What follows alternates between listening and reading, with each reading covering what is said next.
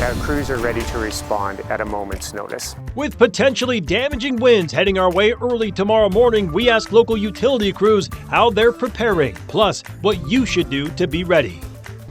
And in western Washington, flooding remains the big concern, with the first flooding-related death reported in the state.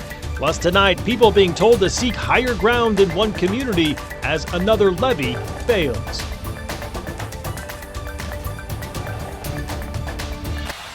We start tonight with a live look at downtown Spokane as the region is bracing for a windstorm in the coming hours. A high wind warning just went into effect right now for much of the state of Washington, northern Idaho, and western Montana.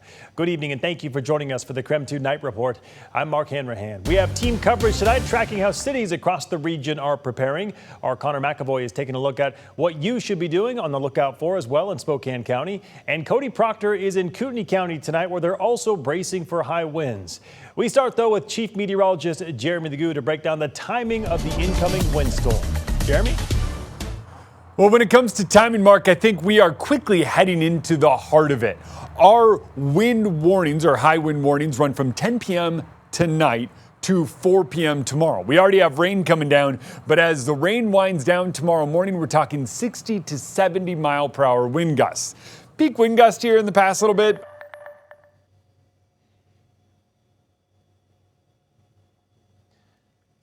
All right, seem to have issues with Jeremy's microphone right there. We'll try to get that sorted out and get back to you as soon as possible. In the meantime, in Spokane, the city, along with Spokane Public Schools, says they are tracking the conditions and will respond as needed in the coming hours.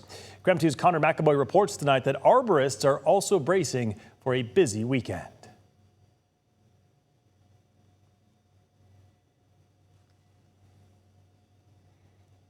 This time of year is the most wonderful time of year. Clearly has not been to Spokane before. Now, I did manage to speak to a tree removal company, and for context, I'm here on the South Hill, where they say this is a major area of concern that they're keeping an eye on, with a lot of people asking for consults of their neighborhoods, and we got some information about what people should do when it comes to preparing for these conditions.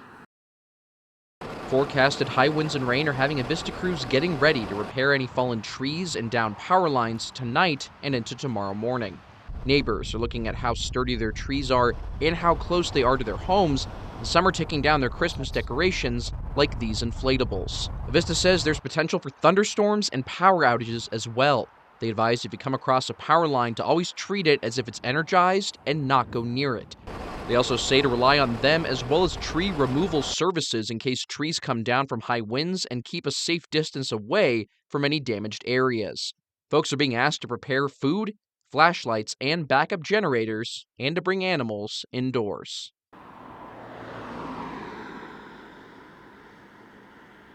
Now, the city says that they're also monitoring these storms and conditions. They are advising anybody who sees any damages as a result on streets or in city parks to reach out to 311 to try to get that cleaned up. If it has to do with power lines, they advise people reach out to Avista.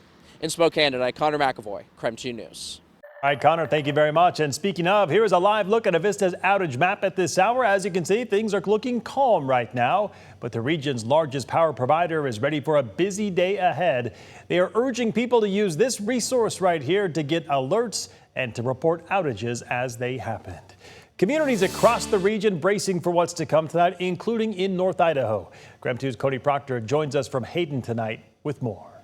This storm is one that first responders are keeping an eye on, and that's certainly the case at Kootenai County Emergency Management. When I spoke to the director, she said it's not often that you hear the word extreme from the National Weather Service.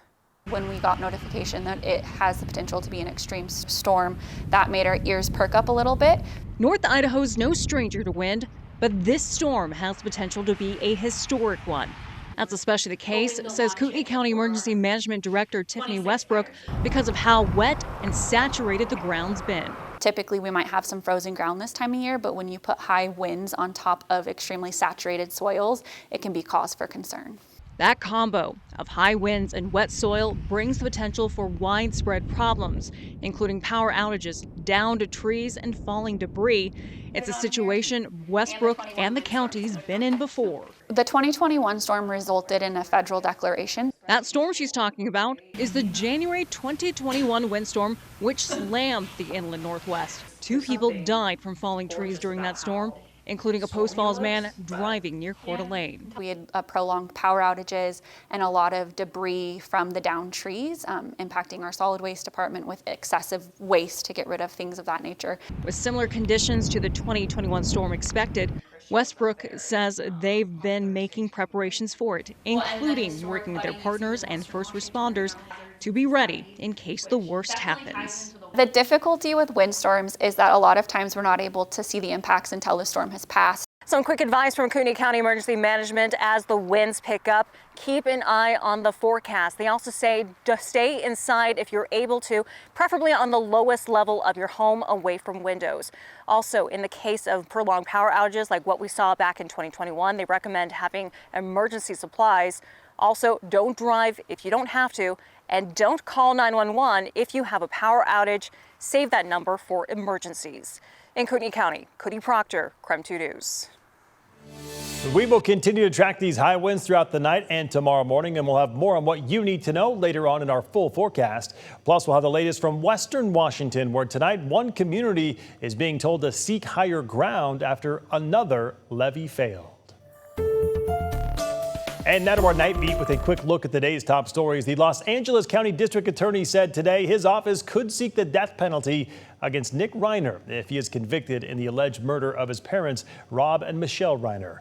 The DA said his office was preparing to charge the suspect with 2 counts of first-degree murder with a special circumstance of multiple murders and a special allegation of using a deadly weapon in the form of a knife. Reiner could go before a judge as early as tomorrow. He was not medically cleared to appear in court today. He is being held without bail tonight. A Monroe family is suing WashDOT for $50 million. In February of last year, 55-year-old Tu Lam was coming home from work when an oncoming driver crossed the center line and hit her head-on along a stretch of Highway 2 in Monroe. About 5 years ago, the state built a concrete barrier along 9 miles of road between Everett and Monroe, but stopped less than a mile from where Lam died. According to the family's attorneys, the Washington State Department of Transportation is well aware of the dangers along that stretch of the highway, and there have been dozens of crashes and at least 4 deaths on that part of the highway since 2015 alone. A man accused of repeatedly stealing from Plaid Pantry stores in Portland was indicted by a grand jury on 58 counts, then released from jail 1 day later on just a $25 bond deposit. Now, police are searching for him again. According to Plaid Pantry, 54-year-old Timothy Ray Jones was back inside its stores within days, and they say he reoffended 3 more times after his release. The court has now issued a warrant for his arrest. He remains at large as of tonight. And that'll do it for your Night Beat. For more information on any of these stories, just head to our website. That's KREM.com. All right, don't go to bed just yet. The Spokane County Jail will soon have a new medical care provider. Who it will be and what they plan to do differently coming up in just 90 seconds.